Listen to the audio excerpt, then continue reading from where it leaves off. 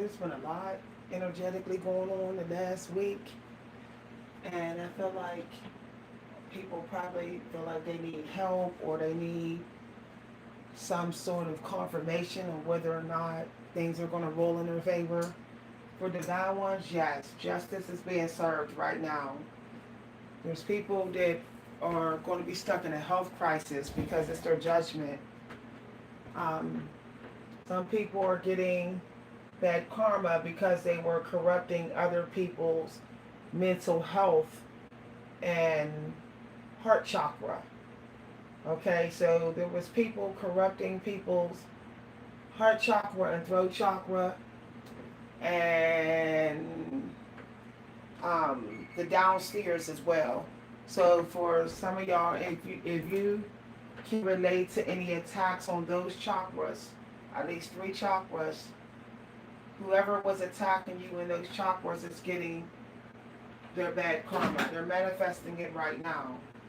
You just have to make sure you set up social boundaries with the people, okay? Because they're going to use social boundaries to get your energy, since they're in um, judgment and they can feel it, okay?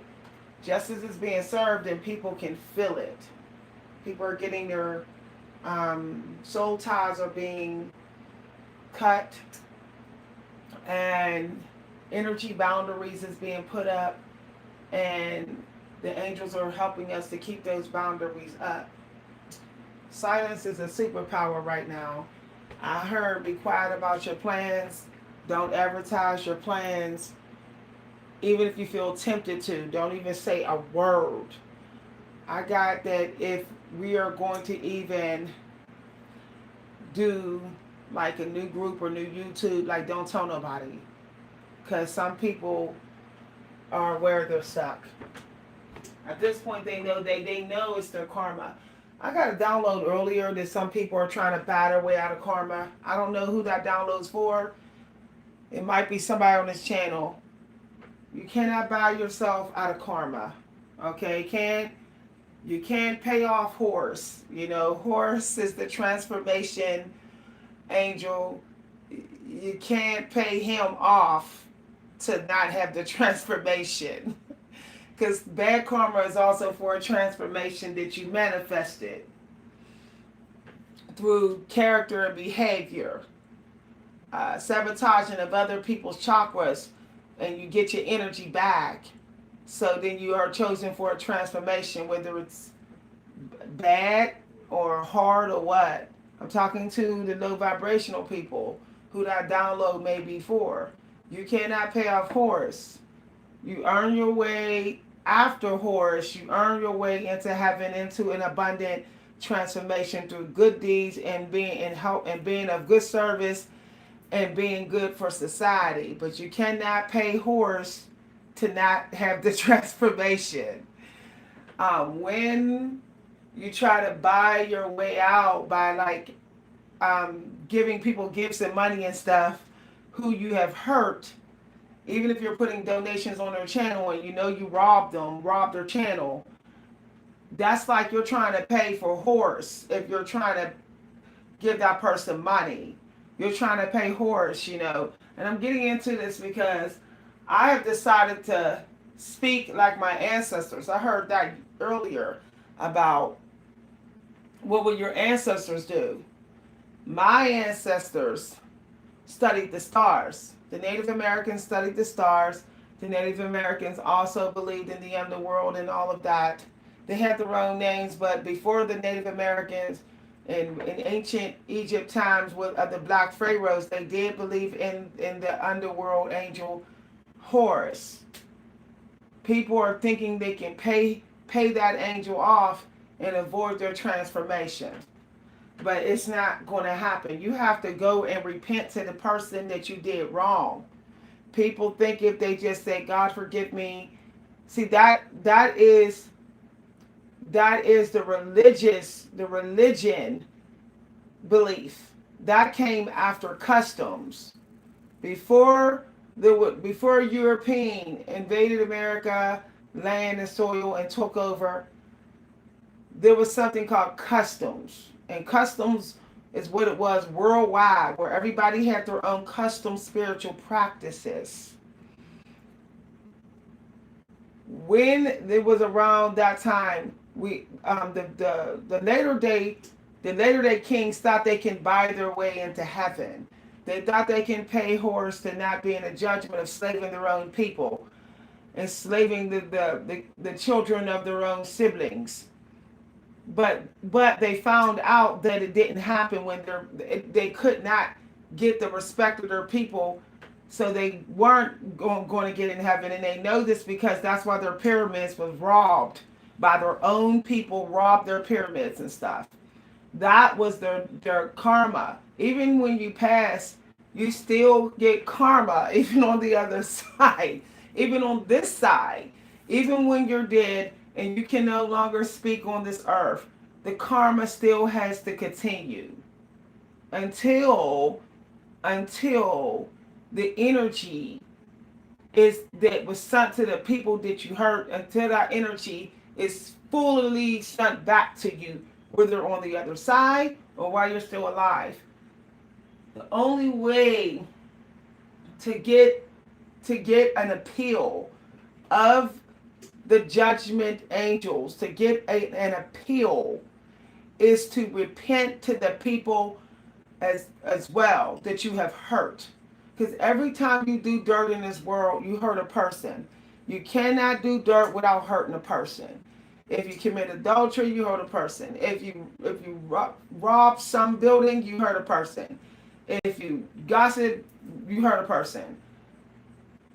So until you repent and make right with that person, make it known that you know that you hurt them and that it was wrong, you are not going to get out of your karma. I'm fully aware that people between August and November, like in August and December, like to think they can buy their way out of their bad karma. And that's not how it works. Okay? It's not how it works. So I got confirmation. I got confirmation when someone decided to try to do for me like they should have, but they were still trying not to repent vocally. See, when you went out of your bad karma, you have to do the power of 3, okay? Because 3 is the new beginning number, which means you have to confess, you have to ask for forgiveness, and then you have to act and prove that you're worthy of forgiveness. That would be number 3. Number 1 is confess, like the Christian Bible would say, confess to God. If we are the creation of God and we are created in his image, and if we are given the power of God, which we know we got here, we do. We should also require people to come and confess their sins against us, the way they have crossed us and betrayed us. Trying to skip over 1 and saying, I'm just going to go ahead and go to 3, and I'll just use money as a way of proving that I'm sorry. It doesn't work that way.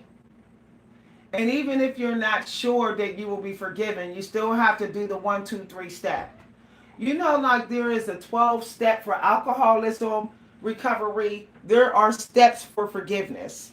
And skipping it's not accepted by the angels that brings you to court before the Most High energetically. They will know that you skipped because they see everything and they know what energy your chakra is in low vibration, so they know what step you skipped. It's a deep conversation, and I'm doing this without. I didn't use any deviation for this. I've been trying to ignore this download, but I guess there's people that's being hard-headed and believing that they escaped karma because they tried to buy their way out of it, or charm. Charms is not just gifts and money. Charm is a behavior. And some people try to charm their way out of their bad karma. And that is not going to work because something has not been solved. We are here to solve things, solve problems, have solutions. And we feel if I can't get the reason why you crossed me, you better damn sure do all three steps like the creator say. If you're not going to tell me why you robbed me, I still require you to confess. I still require you to ask for my forgiveness directly to my face.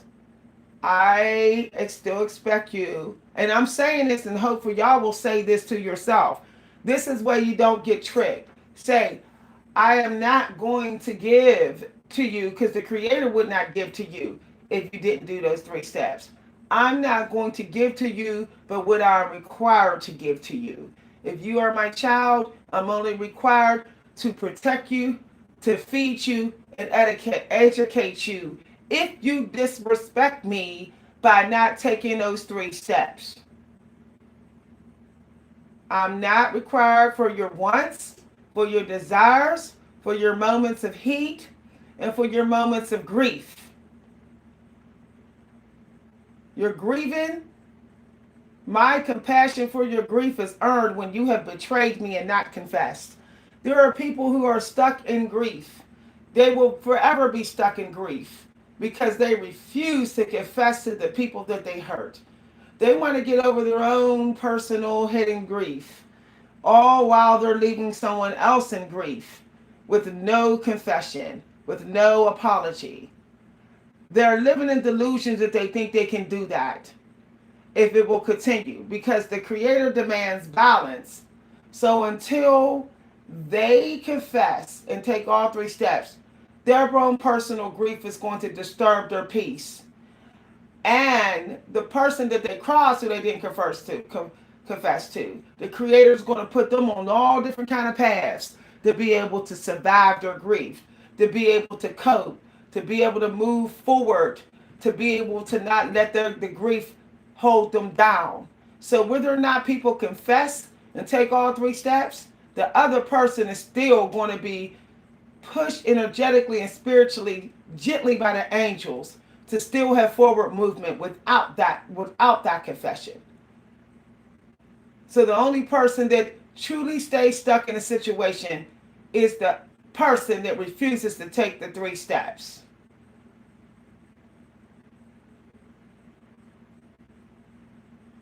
Forgiveness is earned not with money, and it never will be earned with money.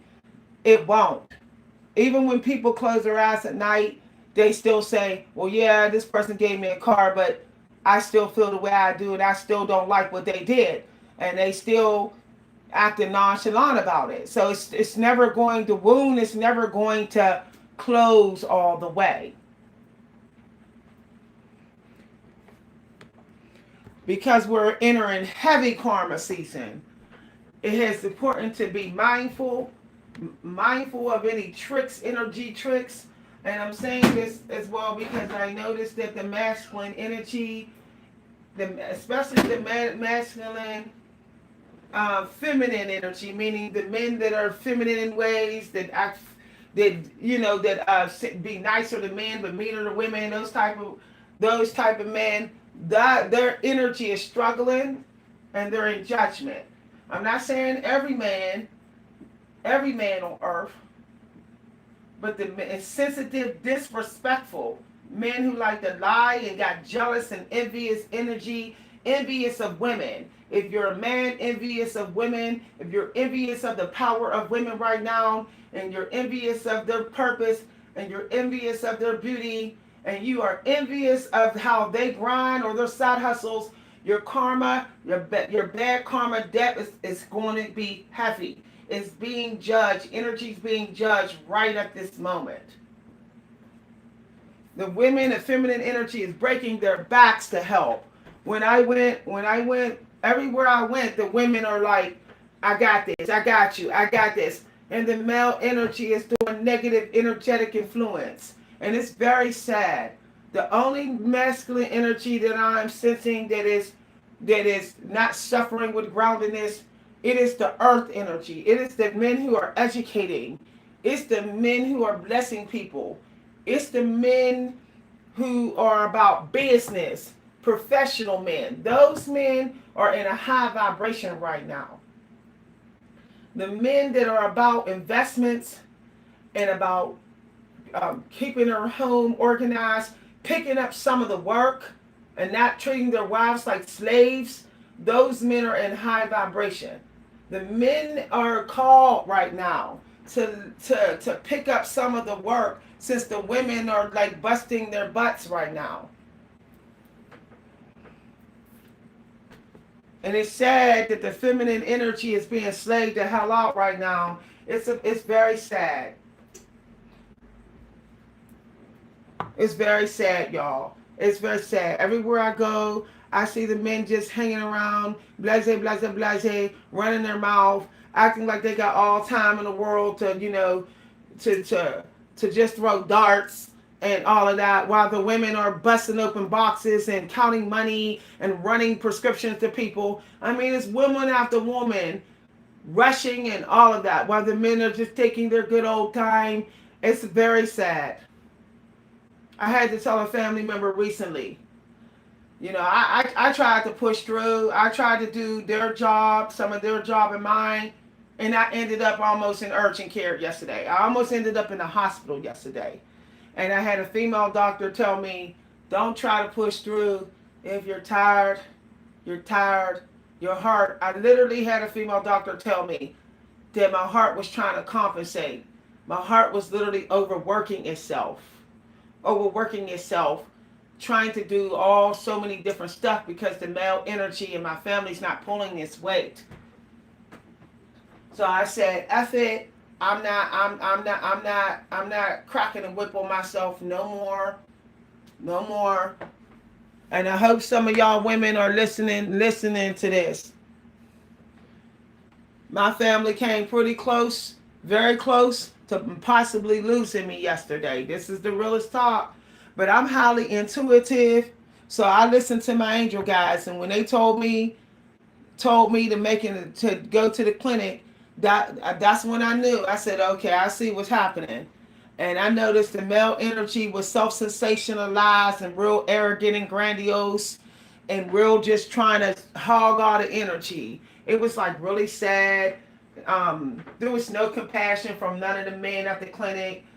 I was sitting there in really dangerous shape, y'all. And they had like 3 nurses around me, the floor doctor and the regular doctor, trying to figure out why I was just staying so close to. I was walking a line where I could have had a stroke or a heart attack yesterday. And the man that came after me, okay, he was just getting a physical for work and blood work.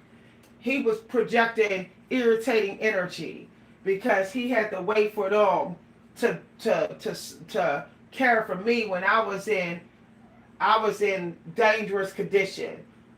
He didn't want to show no compassion or nothing. When the nurse said something to him, like, oh, that's nice, he's waiting, whatever, he just rolled his eyes like he didn't want to wait. And this was a black man.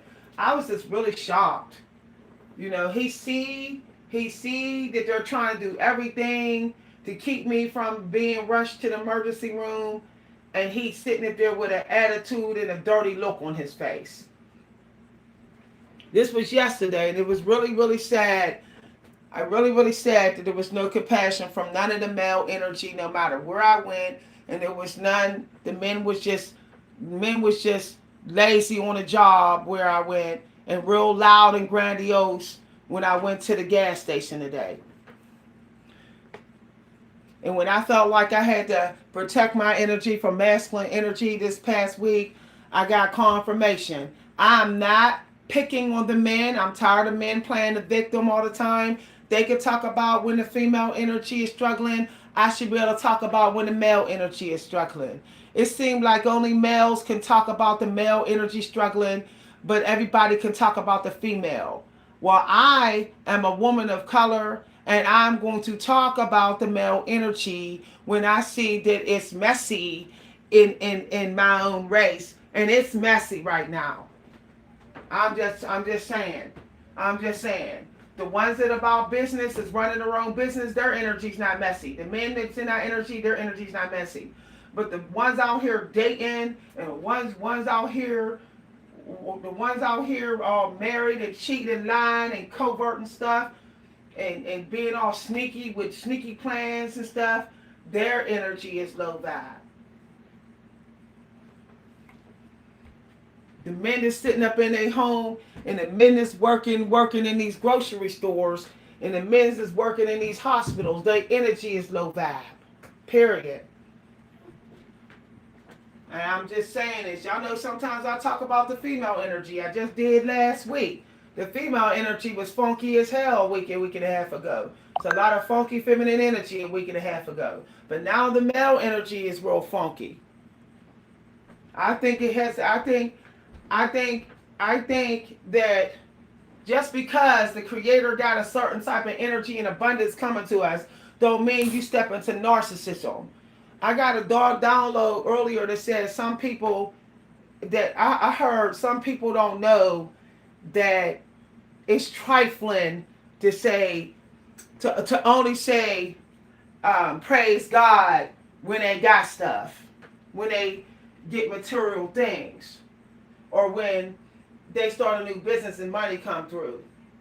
That's like narcissism, because you should be thankful. You should be all in the same thankful energy. You don't got that expensive car. I sensed a lot of arrogance and vanity of the men jumping out of expensive cars at the gas station, eyeballs rolling, acting like they ain't got no kindness. I saw a quote out random yesterday with somebody put in the comments. I was scrolling and I just saw a comment flash. I mean, it said men are in love with themselves right now. Somebody posted that 2 days ago, and I said confirmation with the energy I've been feeling. Your money is not enough to prove your value. It's not enough. If you're not giving it away, giving any away, if you're not helping other people get the bag, and if you're not trying to help, if you don't care if women get the bag, you just want to hog all the money, then you're a low vibrational emperor. I'm feeling low vibrational energy in the men over 40. It's so sad that energy stank right now. Hoarding money and hoarding resources. The women are setting up these groups and shops and stuff, trying to help.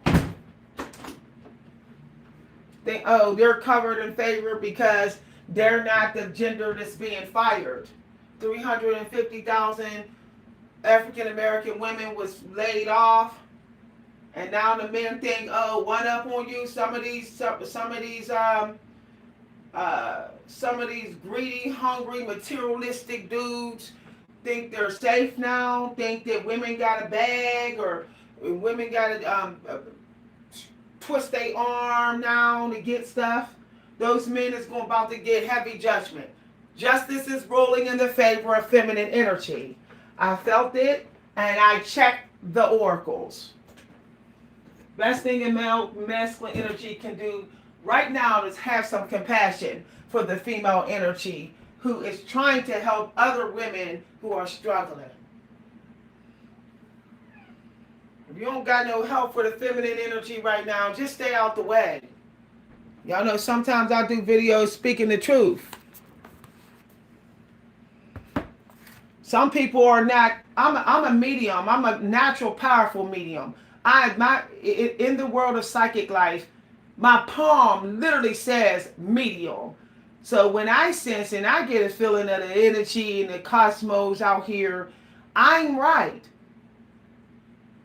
Now, there's some men that know the justice is being served, that they gonna stay stuck. So some of them are trying to charm and trick their way out their situation while knowing that they ain't changed their ways. They're still unfaithful and still full of crap. And it's very sad that there's emotional manipulation going on. masculine energy doing emotional manipulation and psychological manipulation. I had a feminine male, I got this. All week I was getting this. And then I went in to get a decaf coffee because I can't have no caffeine right now. I got to stay away for that or I might end up in the hospital. I was in the line and the feminine male, he was purposely just running his mouth. He wasn't buying nothing. He was just running his mouth with the female just so I won't get served. He looked at me and he was, he was doing his hands. He was flamboyant. So, he was showing that he was getting out the closet or whatever. And he gave me a dirty look. He looked at me and then he kind of like turned his head and kept running his mouth. And he literally held this woman up so long and held me up so long with his just gossip. I had to walk away, go out and say, is there any other open? And then some lady came over and said, you know what? I'll take you. I'm sorry about that happened. I'm sorry that you was waiting like that. I mean, it was a long time, y'all. And it was like he wanted me to say something. He wanted me to say, can you shut up? I'm standing here 15 minutes. Can you shut up or whatever? And then I would have been a homophobic. See, I would have been called a homophobic. So I felt like I was being emotionally manipulated in this gas station. And so that's why I decided to get in this video to talk to some of y'all. If you are in the LGBT community, and even if you're a gay male in the closet, you don't have the right to be disrespecting anyone right now, okay? Because you don't want the disrespect anymore. You don't want it, okay? You don't want it, don't give it. Period. Period. Nobody's sexuality proves that someone's a saint. Your sexuality does not prove your spiritual behavior.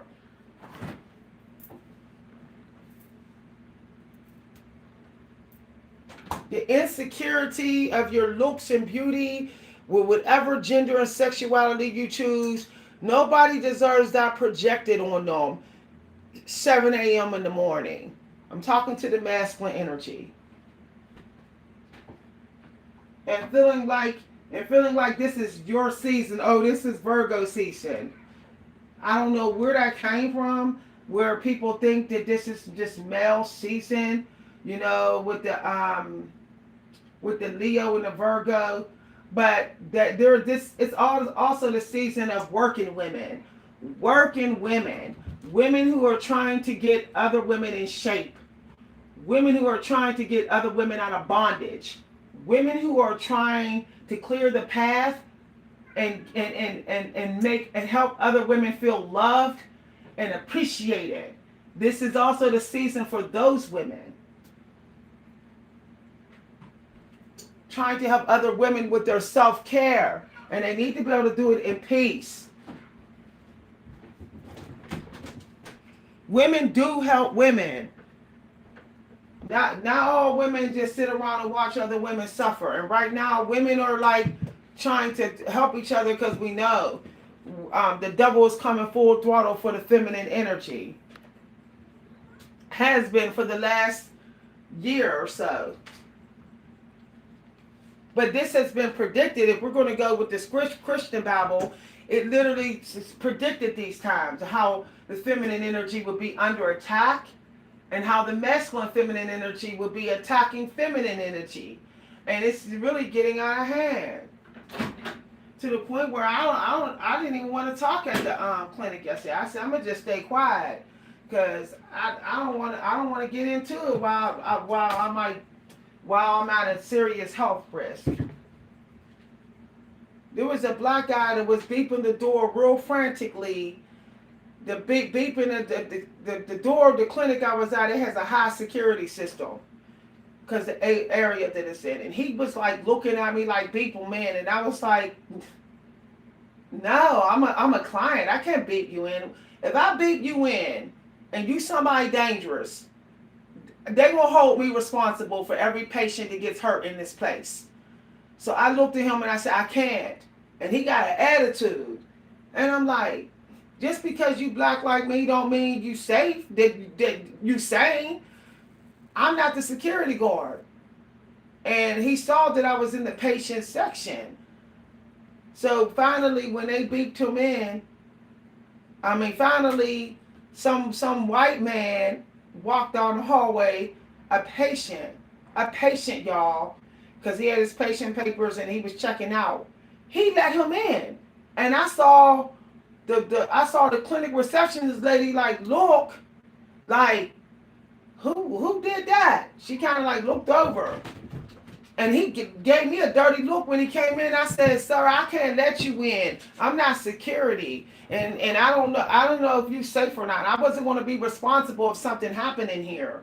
And he just rolled his eyes and turned his head. He just turned his head like "F me," like what? Like I was a self-hating black person. Like I didn't trust a black person. And it's like it's not that I don't trust a black person. I don't trust a stranger trying to get a patient to let them in through security.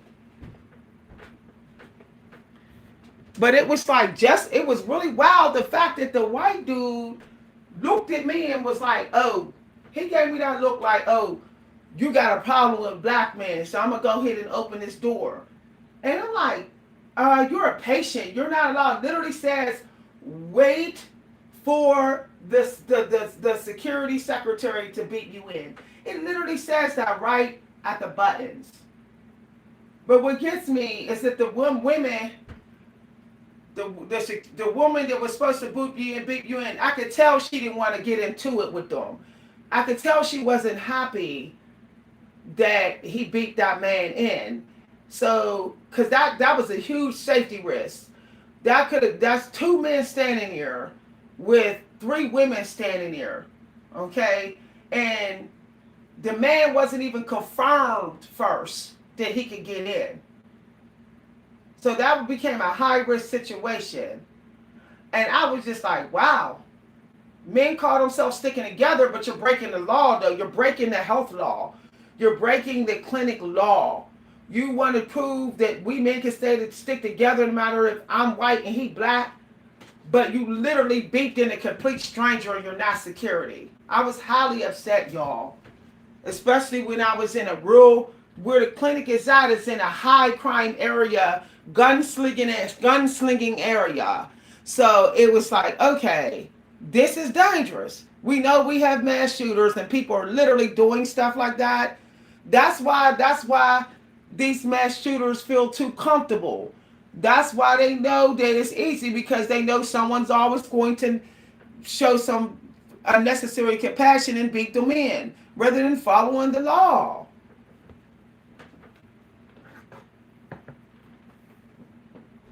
I was like, I felt so bad for the lady because I could tell she wasn't happy to have a strange man that she didn't identify first standing here.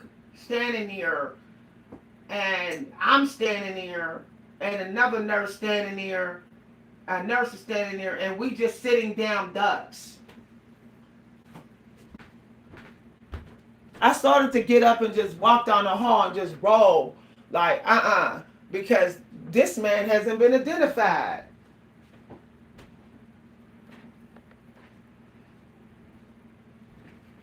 But that's what I mean.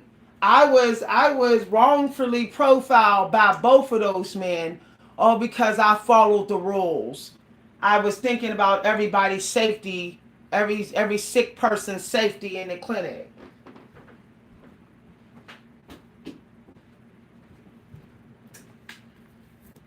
It's like I feel like I can't win for lose. As a female of color right now, and it's like you follow the rules. You're betraying your own race. If you help another race out, you're betraying your own race. If you go after the free resources, you're chasing what the white man got. It's always something. If you go to the hospital and some of the people are white, you're gambling with your life. It's like always something. It's like I just want to live my life in peace.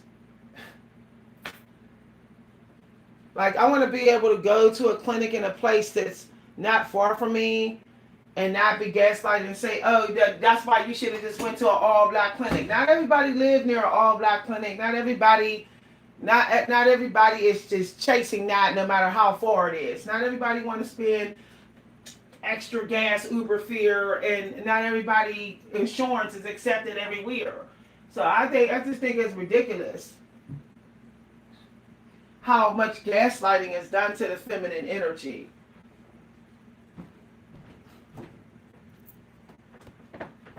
Hi everybody. Good morning. The people who are about business is chosen to have success. You gotta be about business. You gotta be about compassion for the sick. And people are dealing with heavy losses right now. Divine ones are releasing huge, major, big things. They're trying to, some of us is trying to live our life finally without a loved one. Okay? Some of us is almost done with the first year of grieving over losing loved ones last year. So we're trying to get motivated to pick ourselves back up and live our life. So we don't need the drama. We don't need the social drama. There's people on this channel that's still grieving. I just spoke to them in emails. And it's like,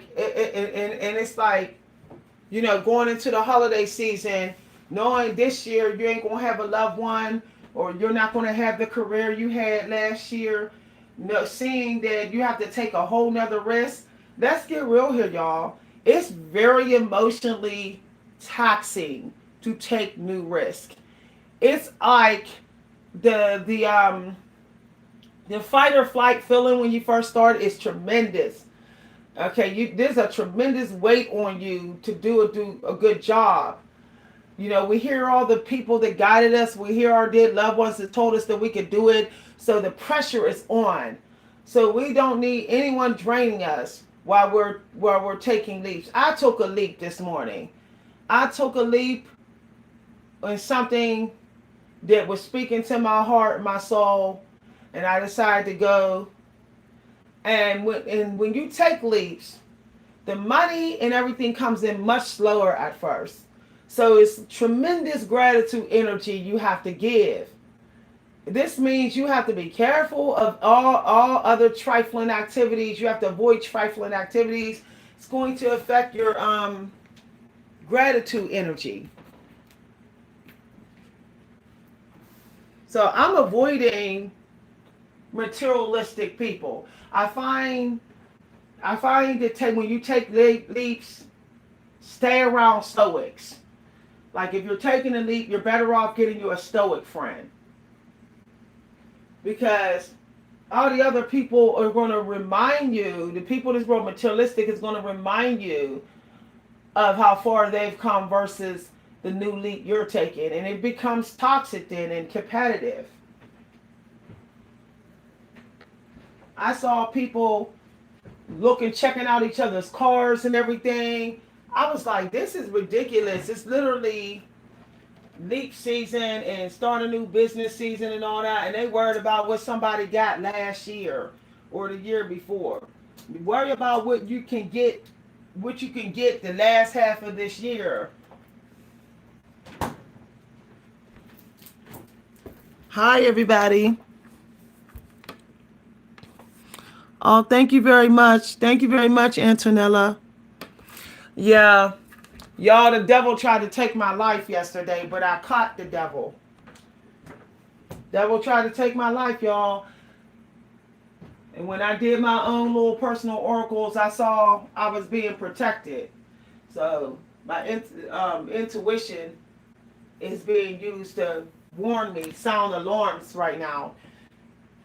But the devil tried to get me yesterday. I'll tell y'all what happened. I went to go for a walk at the park, and just going for a little walk felt like I was running a race. It felt like I was in the Olympics or something. And I said, nah, something's not right with this. And then I started to feel a pain jump from my leg to my heart. And anytime I would press on my leg, my heart would hurt worse and worse and worse. So there was something wrong with the pressure in one of my arteries yesterday. I didn't know.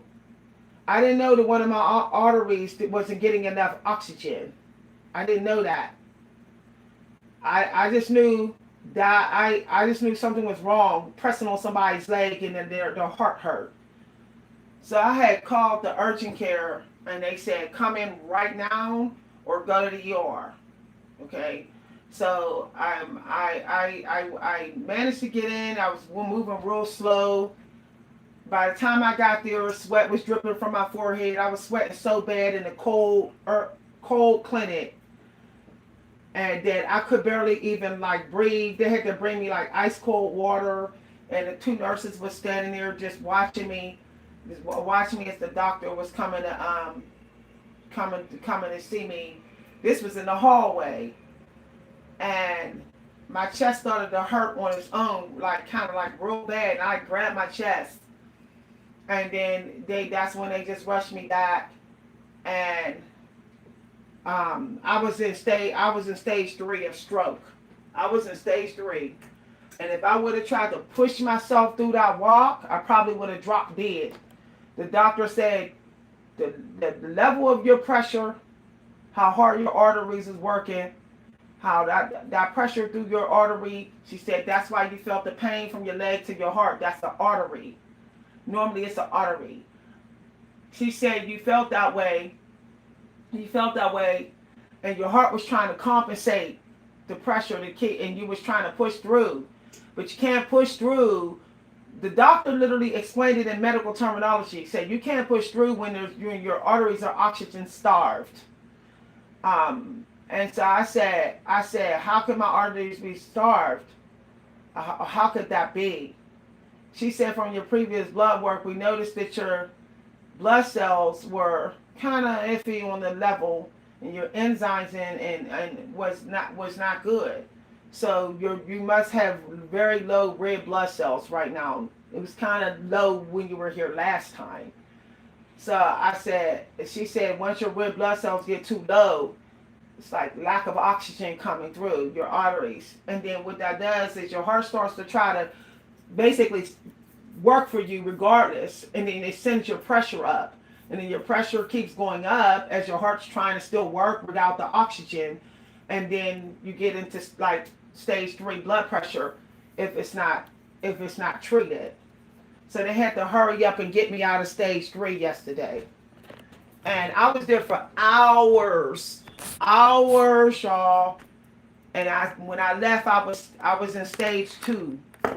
And they couldn't let me leave the urgent care without getting it down to as low as they could get it in a safe low range. And even on the third, fourth hour I was there, the doctor looked at the pressure as it was being taken, and she said, "Ooh, child, I don't even want to look at that number." She said, "No, we're going to give you something. We're going to give you something before you leave here. You can't even leave. You can't even walk out of here." So I had to be given something to break it then, because it wasn't breaking. For 4 hours, I was just sitting there in stage 2, 3, cycling both. When they gave me the medicine, then it went down. It was still, some of y'all gonna be like, woo, it was still like a high in the upper number. The bottom number was at least 120. The bottom level was 120 at rest, and the upper number was like 167 at rest. I wasn't even doing nothing, was just sitting there in high stage 2. This was on the way out after they gave me something. And this guy had the nerve to have an attitude. All he was doing was getting a physical. He said, "I'm getting a work physical." All he was doing was getting physical work. He had the nerve to have an attitude because they had to make him wait to save my life so I don't have a stroke. And I'm like, this is like, wow. You know, and yeah, I couldn't even talk. I was so long-winded, I couldn't even have a conversation. I couldn't even, like, trying to talk was like somebody sitting on my chest at the same time while I'm talking. And the guy like see that I couldn't really talk and respond to the nurses, but he still want to have an attitude because he had to wait. And I'm like, I'm gonna go home when they get this pressure down. I'm gonna go home. I'm gonna get in the car. I'm gonna try to drive home. I had to call my family member. I said I don't know if I could drive home. And I said, and then once it broke down to like low stage 2, I felt like I was able to walk to my car. And then when I drove home, I said I'm not gonna deal with no aggressive masculine energy. I'm not doing it. So then my family member said they're gonna take over everything. Even after I took the medicine, I woke up today and I was still at the beginning of stage 2. So I'm not actually all the way in the clear. They said it may take a couple days. They said if I still feel like this after about a week on the meds, they want me to come through, and they're going to she said we're going to probably have to keep you in an observation. So it's like I don't want to get in no arguments with these men out in these streets. So I didn't say nothing to the guy in the line.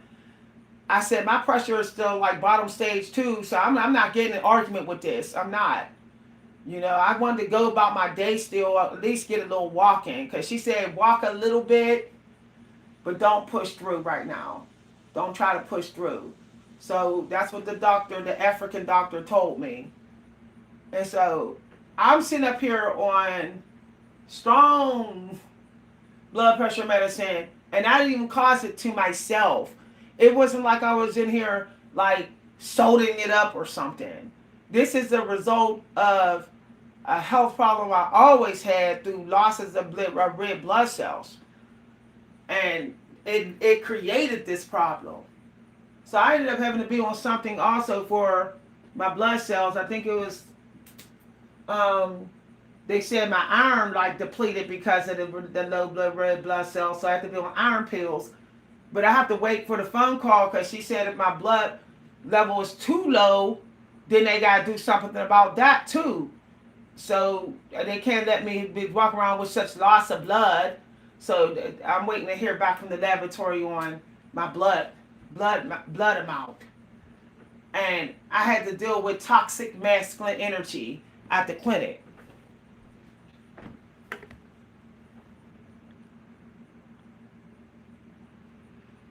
Yeah, it's like really off, y'all. I just walk around my table and I'm huffing and puffing through my nose. I definitely didn't want to argue in a gas station. I had to use driving to the gas station as exercise today. I had to avoid walking hills. I went to the park briefly and called myself walking a little hill, and it felt like I was climbing a mountain. I had to like stop and go down the hill and walk around and go the flat part to get to my car.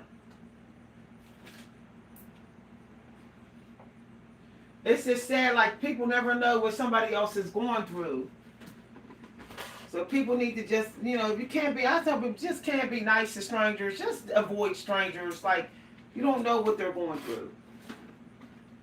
My situation is all over a ridiculous amount of blood loss. I said, I ain't never heard of that. They sent an African doctor, and she was from Nigeria. The doctor that was under the main doctor, but the main doctor came to see my final numbers and then made sure they gave me the medicine before I left. Because she don't want no lawsuit, like I let this woman leave the urgent care clinic and she had a stroke outside. She was protecting her clinic from, medical malpractice. So she made sure that they did something about it. I said, that's a good doctor. But the main doctor, I like the fact she could sense, she was divine. And I guess she could sense the negative energy coming towards me with the people who had to wait for my situation. And she said, I'm sorry that you're not feeling so good. And I know you're not with that number I just saw. And she kind of like looked around, and I guess she sensed like these people have no compassion.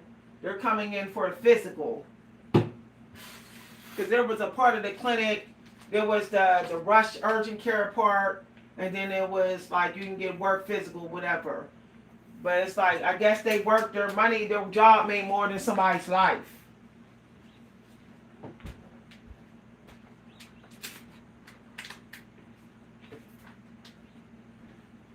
I'm sitting here trying to get a couple dishes done. Just doing dishes for like I'm working on the chain gang. But I wanted to talk to y'all, the feminine energy, because don't push through, man. I saw a lot of women trying to push through yesterday, and I said it's going to be worldwide feminine burnout. You know, they're in the compassion energy of helping other women. Oh, a lot of us have the internet, so we know what's going on. You know, women know how dirty we being done. That make no sense that 350,000 women have been laid off in 1 month in America. That is so horrific, so foul, and it's like, wow. And I know darn well it wasn't no young women. I know darn well it wasn't no 21-year-old, 24-year-olds getting laid off.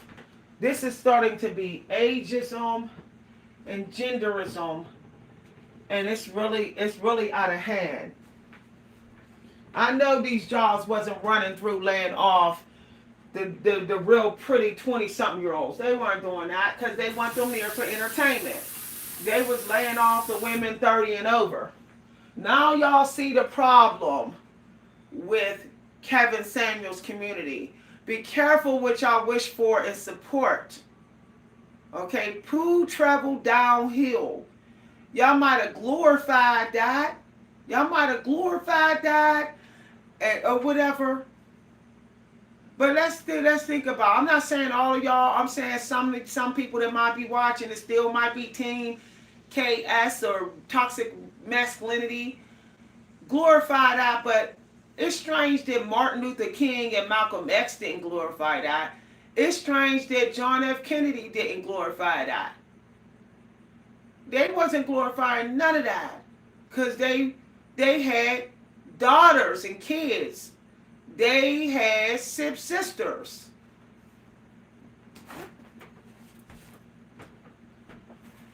And the same thing that happened during George Floyd. What y'all gonna think? What y'all think gonna happen when women get fed up? You think they're gonna just keep saying, "I hope my unemployment don't run out"? Women outnumber the men. If we tear down America, America is down for the count. America will be down for the count. So this has to stop. It's not helping anybody to have to be ageist.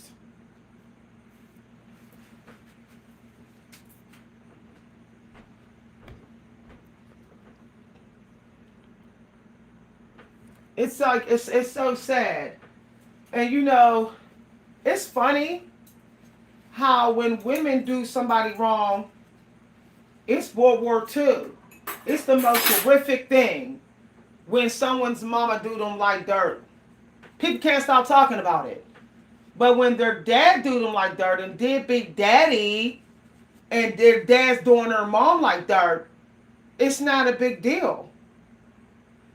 When their dad is not working and got their mother slaving out, they don't have a problem with daddy. They don't have a problem with the male energy.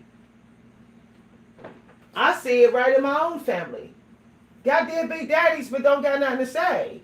Got daddies that left them, and the women is doing it too. Got nothing to say about their dead big daddies. Got nothing to say about their dads that gave them up for adoption, then came on back all alcoholic and all that type of stuff. They got nothing to say, but they refuse to stop talking about anything, any toxic personality trait of their mommy. There is no toxic personality trait of a man. There is of a woman. Auntie. The ghetto version of auntie.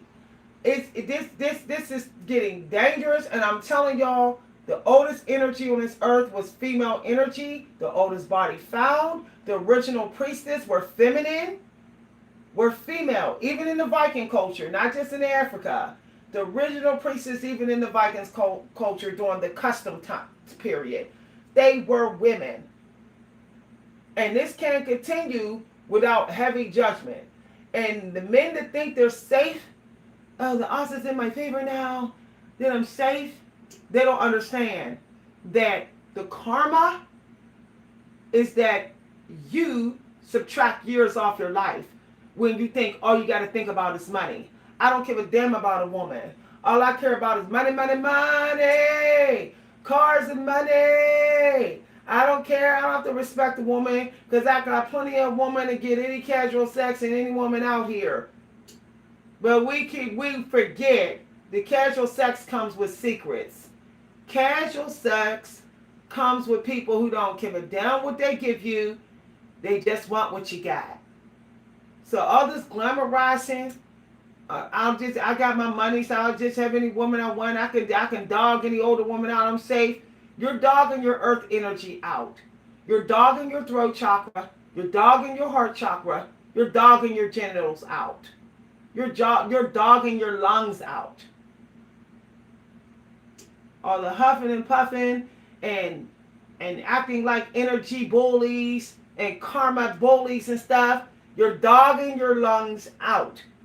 We're now going to see, instead of seeing men with liver disease, instead of seeing men with stomach cancer from alcoholism, we are now going to see men dropping the dead as fast as women drop dead.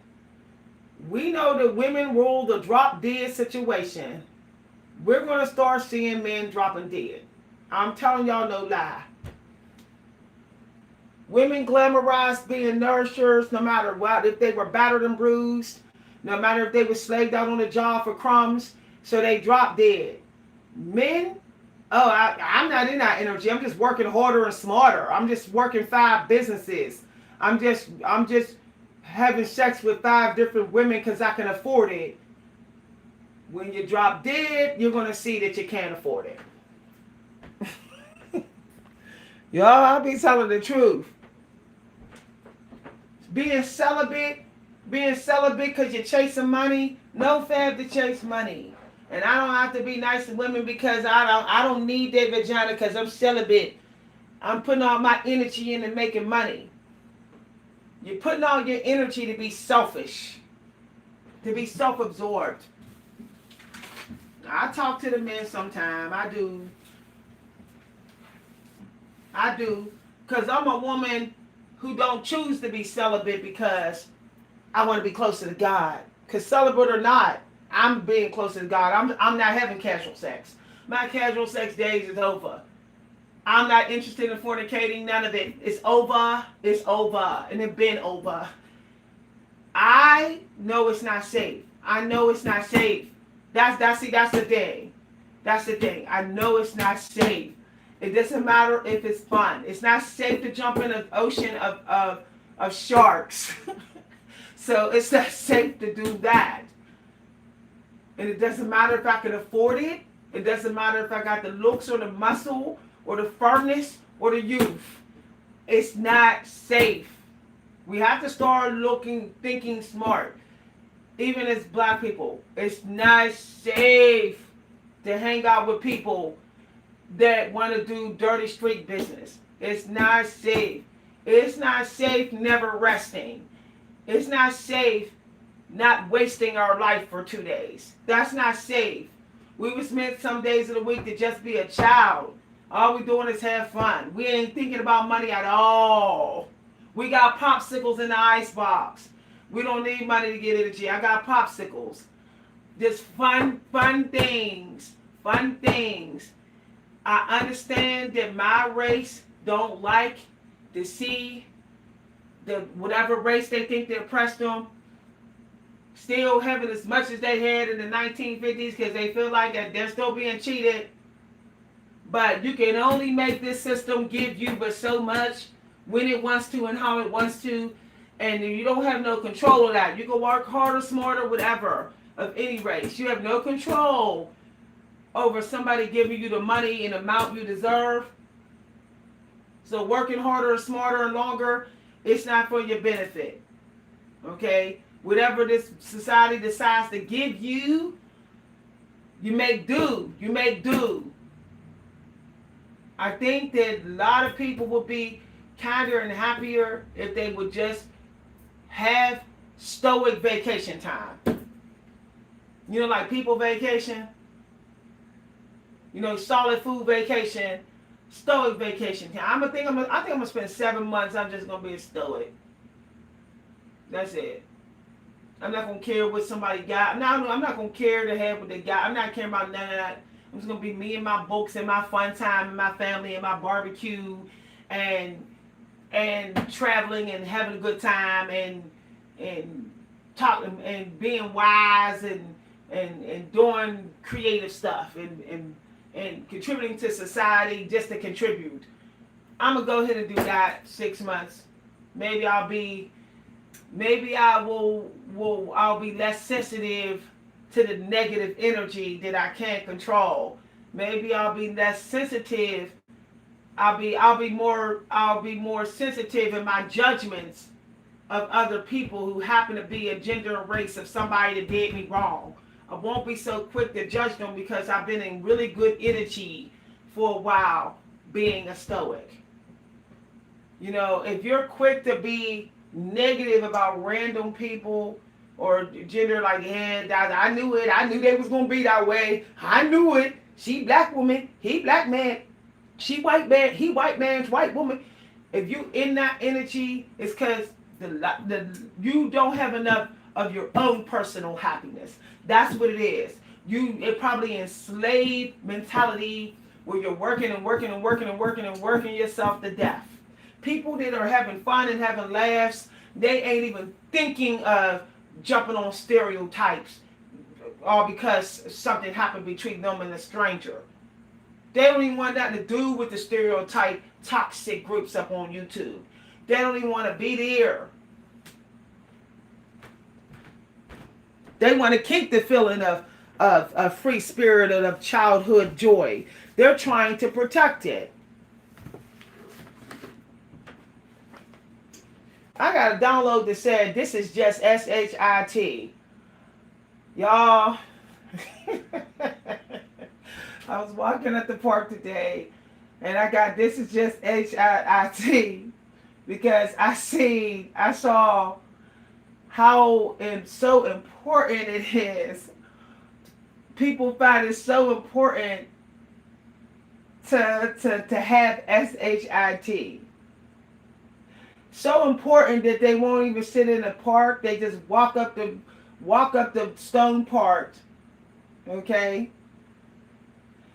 And they just do it. Like, I'm trying to get my walk in so that I can get a body, so I can get more stuff. I want a leaner body because I want to wear better clothes. I want a leaner body because I want a better lover. It's all leading to stuff, and people will not admit it, that they're leading to they're trying to achieve things, to achieve people, to achieve stuff, to achieve people, to get people. One way or another, the SHIT is mixed in there somewhere. Something is in there. It's like all leading to some sort of product. It's like, what?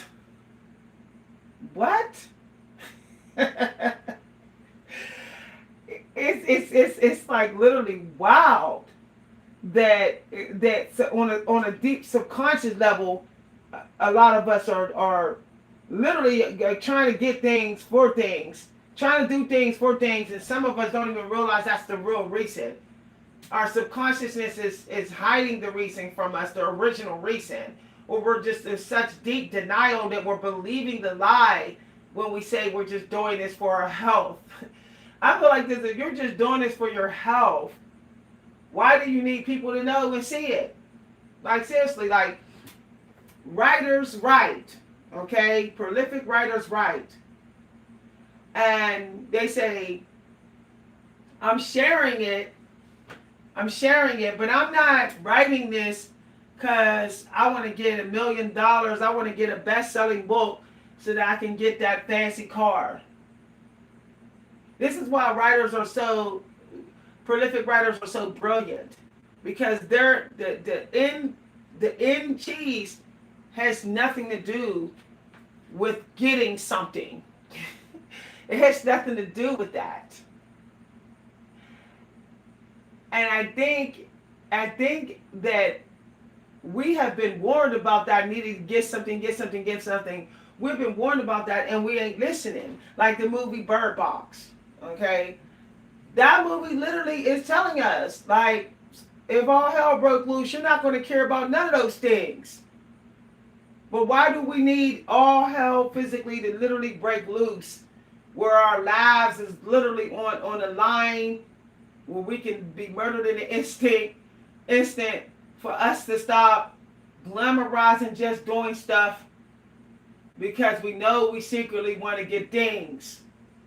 Why does it take that? Why can't we see that without feeling some sort of attack directly on our life and the instinct, that our life is still, our life is still at a great risk. It's still in a very vulnerable state. We don't need everybody screaming around us like in Bird Box for confirmation.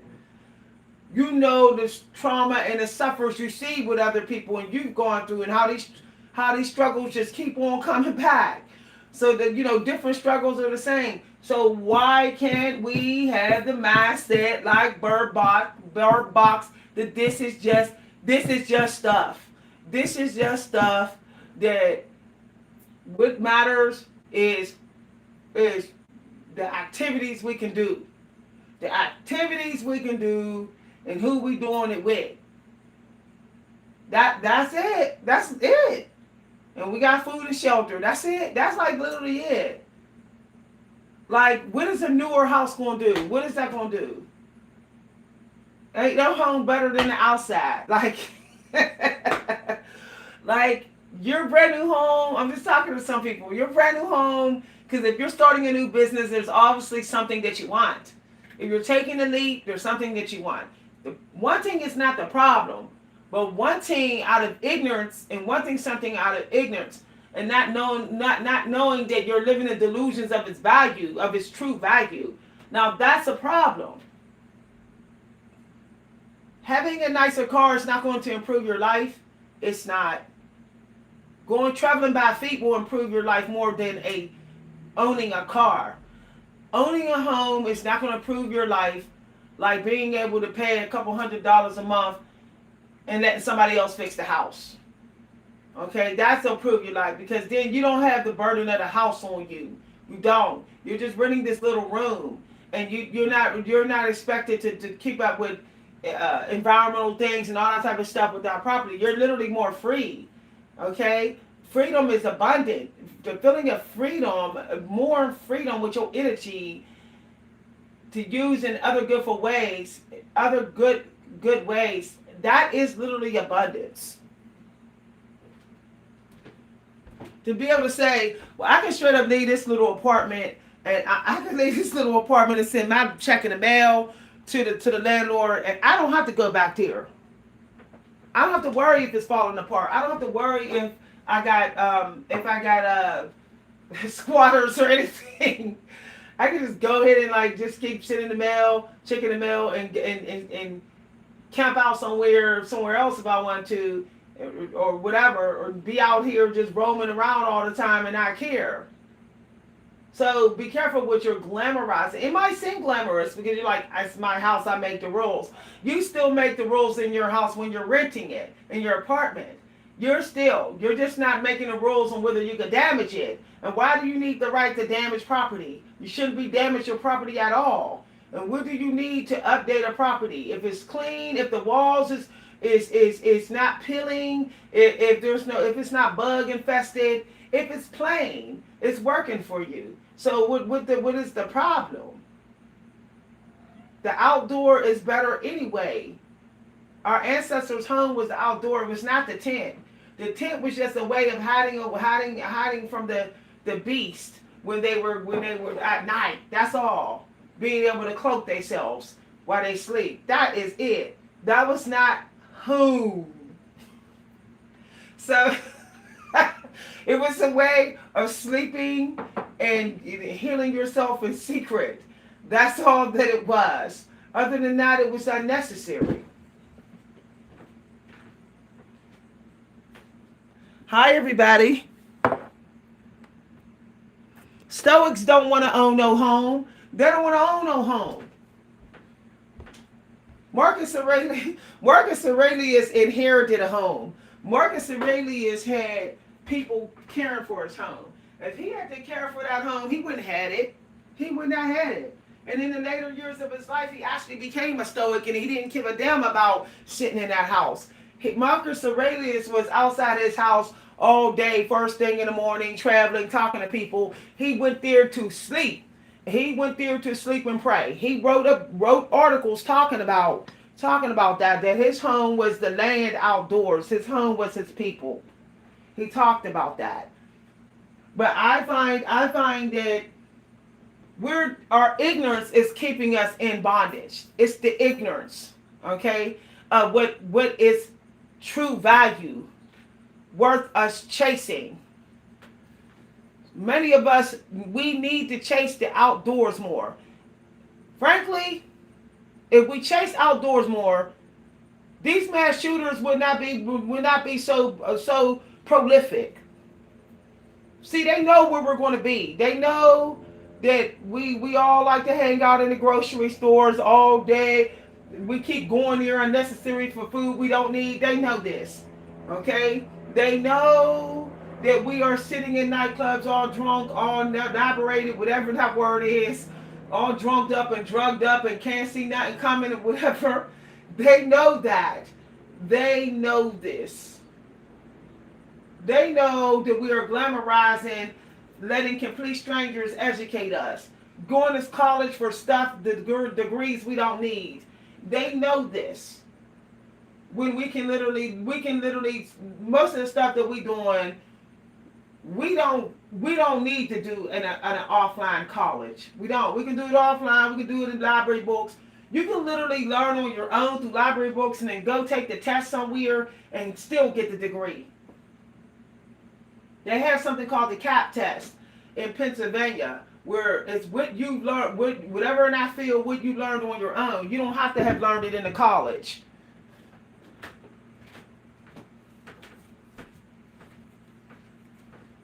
Now, I come to the home, I don't care what home I'm in. I come to the home to educate and teach in peace, because as we know, when you outside trying to teach now, there's people that like to harvest your knowledge and all that type of stuff.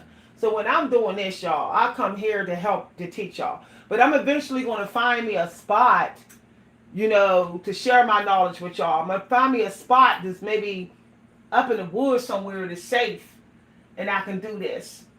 I think I found a spot. I would just have to put on mosquito spray and all that, just protect myself from bugs, and then I can be able to share this information with it protected.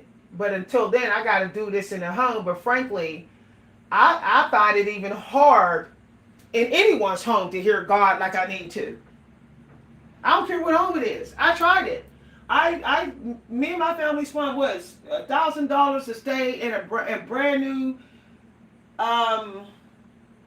bed and breakfast that was like a really designed, very high end, very expensive looking or whatever.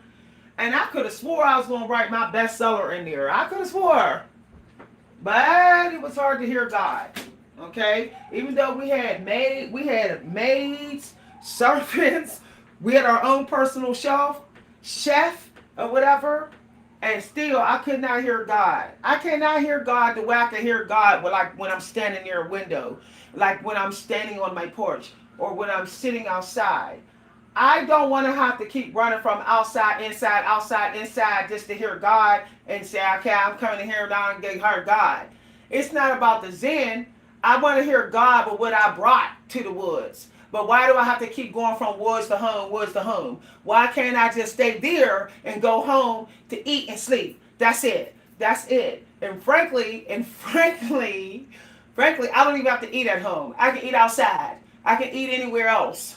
So the thing is, the home is not as needed as we think it is. They literally have free outdoor grilling pits in Pennsylvania where you can literally walk up to the little shelter and you can sit there and you can grill.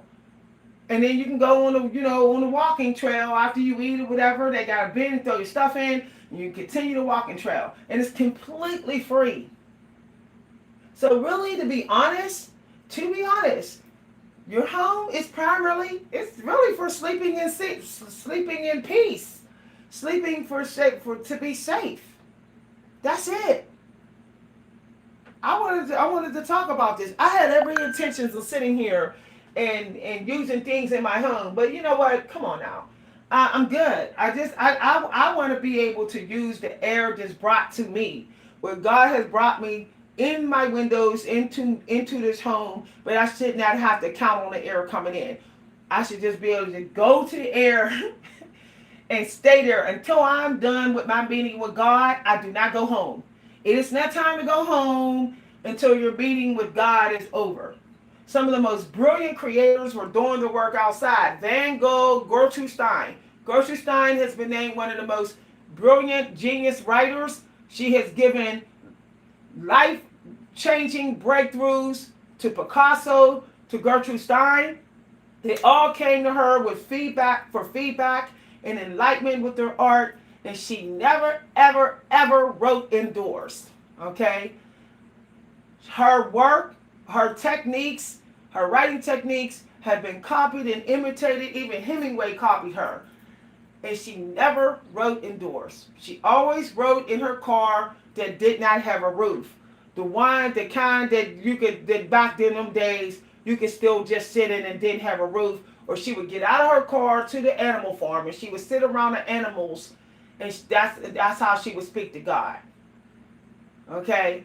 And she would be there for hours in the morning, and then she would go home to critique other people's work in private and secret. And her home was actually her business. It was a art shop at the same time. So when she went home, she went there to do business. She went there to deal with her clients. Other than that, she was not home. And I really hope, because I'm not any more special chosen with wisdom than any of y'all. I just like the wilderness a lot more than I see a lot of people do. People just walk by the wilderness or they spend 10 minutes in it. I don't spend 10 minutes in the wilderness. I actually listen to the conversations of the wilderness. I know that sounds insane. No, I will shut out everything in my life and just let the wilderness talk to me. I don't have to know what it's saying in my language, in my English native language. I just let it talk. Let it talk. Because whatever I brought energetically that I'm supposed to hear, that I'm supposed to get from the metaphysical world, it will be transcribed in my native language, So I go and just listen to the woods. I go for conversations with the woods. I don't go for physical fitness. I don't go just to release my energy and to get grounded and to deal with my trauma. As a matter of fact, I don't even like to go to the woods unless my vibration is at least high above my head. It better be at least above my head. If it's under my nose, I'm not ready to go. I'm not ready to go to the woods. I would be taking advantage of the woods. I would be dumping on Mother Nature. And it's disrespectful. It's no different than dumping your food and trash and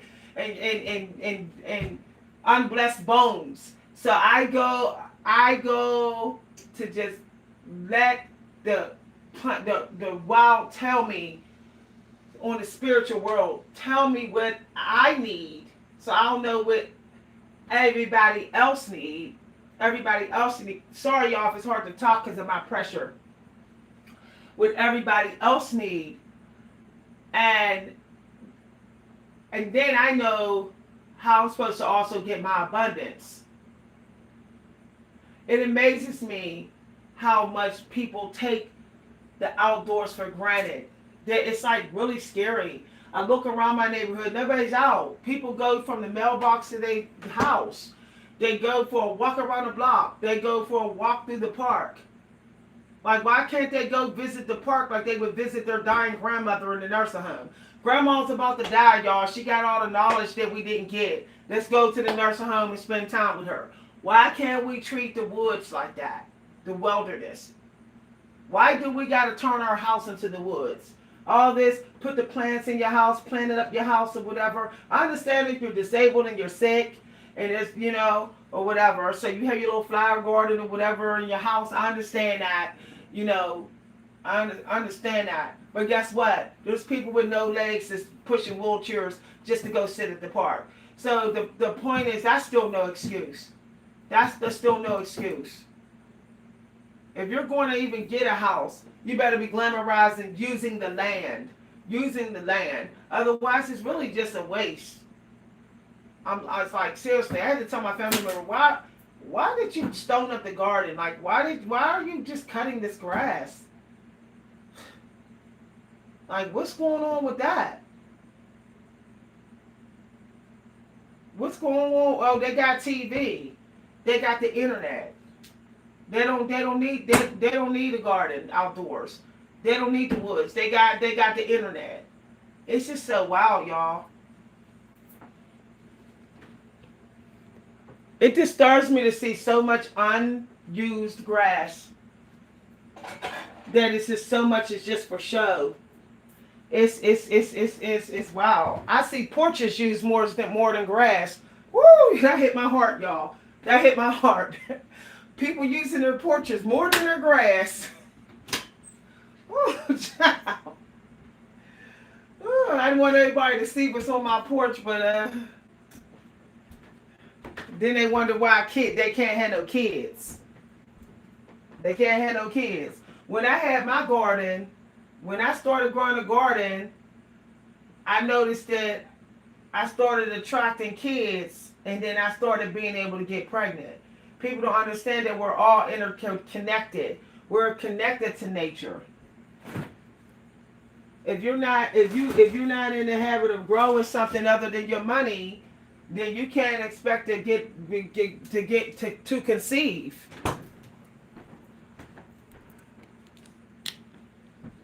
You got to do what you want. Like, you got to do what you want. You want a baby, then you need to grow something. You need to be in training. You need to be in growing training. Something that actually has a life, okay? Something that could die. You need to learn how to grow that, like vegetables, you know, or grow a cat. Get a cat. Like, that's what I did. I got a newborn little baby kitten. And then all of a sudden, when my cat hobby was like a few years old, all of a sudden I was able to conceive. No lie, he was about 5 years old, and then I was able to get pregnant. And 5 can be a number of like spiritual breakthrough and stuff like that. You know, action and plan and, you know, close to manifestation and whatever. And he was about between 5 and 7 years old when I got pregnant.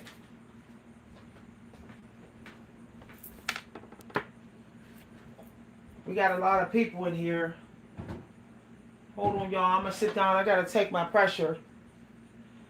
Whew. Y'all want to get some water and some tea until I take my pressure real quick, y'all. I got to. Every couple of hours. Okay, that looks good. Let's check the time. I might get quiet, y'all, because I'm taking my pressure here.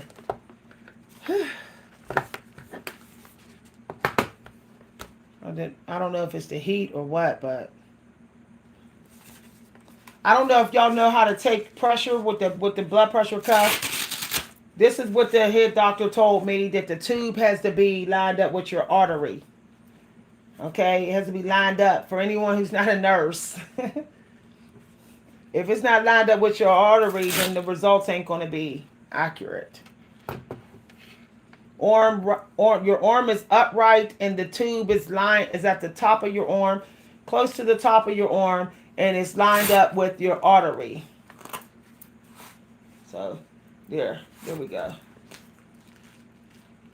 I did not know. So if y'all feel pain, if y'all ever press on something like your leg, especially your leg, and you feel pain, you cannot, and you feel pain in your chest, you can't ignore that. I'm glad I didn't ignore it. I'm glad I didn't just say, oh, I have, that this is not coming on. I'm glad I didn't say, oh, I just have, you know, hi, Hansi. Y'all, this is like, it's hot, so the cuff is like sticking when I'm trying to adjust it.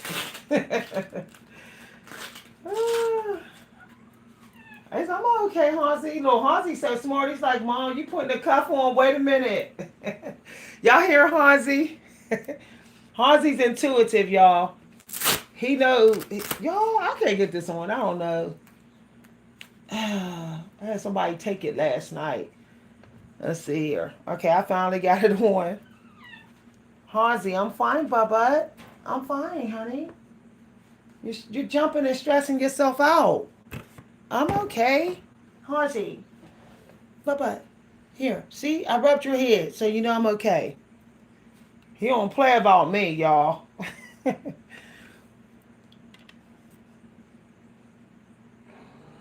He's pacing back in circles around me.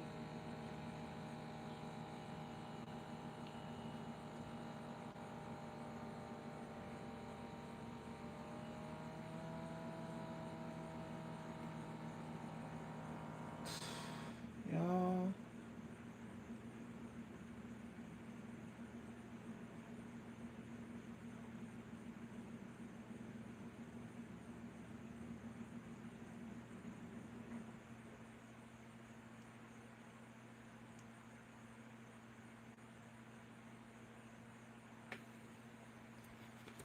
Whew.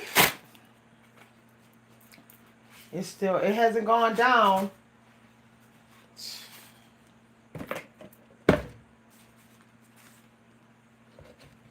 It hasn't gone all the way down. It's still, no.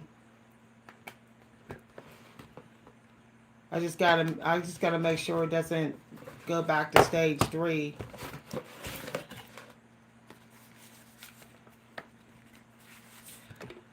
I don't know. I might end up needing to get blood, y'all. I don't know. They might have to give me some blood if it's gonna stay like this.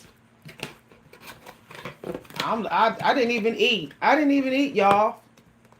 And it's high. Didn't even eat. I didn't even have any caffeine. And I took something last night. And it's still high. Even though I'm not even like running or walking, I'm just like standing here in my kitchen and I'm just sitting down. My head still kind of hurts. But, at least I'm not in the drop dead zone, but still, I'm not pushing myself. If I push myself, then I'm gonna end up, if I try to like run or walk a hill or get in an argument, then I'll probably go right to the drop dead zone. So I'm not gonna stress myself out.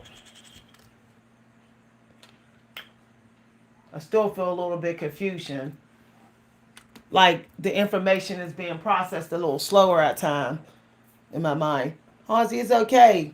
Cats can feel when your pressure's up. It's all right, boo. Hansi. Yeah, it's okay, baby. It's all right. Ooh, he's upset. Hansi is like, his fur's sticking up. It's okay. It's okay, bud. It's okay. Hi, everybody. All right, y'all, I'm going to head on out. I'm going to rest because this talking feels like I went running, working, y'all. That's sad. Ever since I got my gallbladder out years ago, it's been like um, up and down with my blood cells. It's just crazy how your body changes from organ surgery. A lot of people who got their gallbladder taken out, they will never admit that they feel different. As y'all say, everything fine. They know damn well they still got what you call shadow pain. Their body knows that an organ has been removed.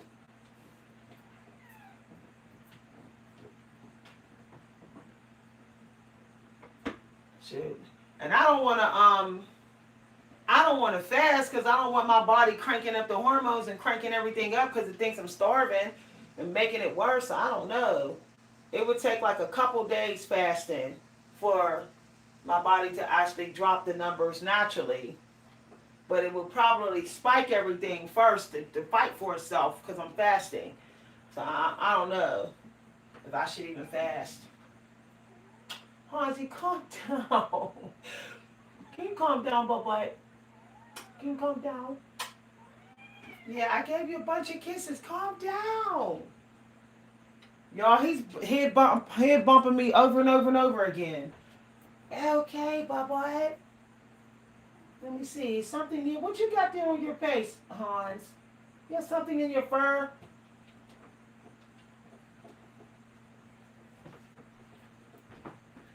All right, y'all. he's his breed is a therapy cat, and his brother Flick is his half brother. So Flick is kind of a therapy cat, but Hans is even more. The only problem I have with Hans is scared of heights, y'all, because he was stuck on a windowsill, my neighbor's windowsill. They left him in the building when it burned up, and so he was stuck there. And ever since he was stuck up there, and he had to jump. He had to jump for his life to get help for him and his brother. Ever since then, he panics. When he's higher than waistlift, he fears for his life. You fear for your life when you're higher than. You fear for your life when you're higher than the waist length of a human. You fear for your life. Yeah. No. Hans. Okay, I gotta give him something to calm him down. He's been like this since yesterday, y'all. All animals can sense changes in your rhythm, your pressure, all of that. They can sense it. Even dogs can. So I gotta try to calm you down, okay? Okay, Bubba? This is ridiculous. Will this calm you down if I give you treats? Y'all, he walked away like, nah, I'm good. That's he's just so worried. He has like anxiety about my health right now. Hansi. Yeah, calm down, Bubba. It's okay. Wow, you fired up. You don't even want the treats. You don't want them like that. Here, it's okay. It's all right, bud. He's a pet. They're pet therapy cats. I didn't know that their breed was that type of breed. Hansi will let you rub his belly, his head, his feet, his hands. You can rub all over him and his brother. They completely trust their owners. And they follow me through the house. They sleep in every room I'm sleeping in. Hansi. Yeah. And if I go near water, he literally panics. He goes in full panic energy. He thinks I'm going to drown. I'm not going to drown when I go near water.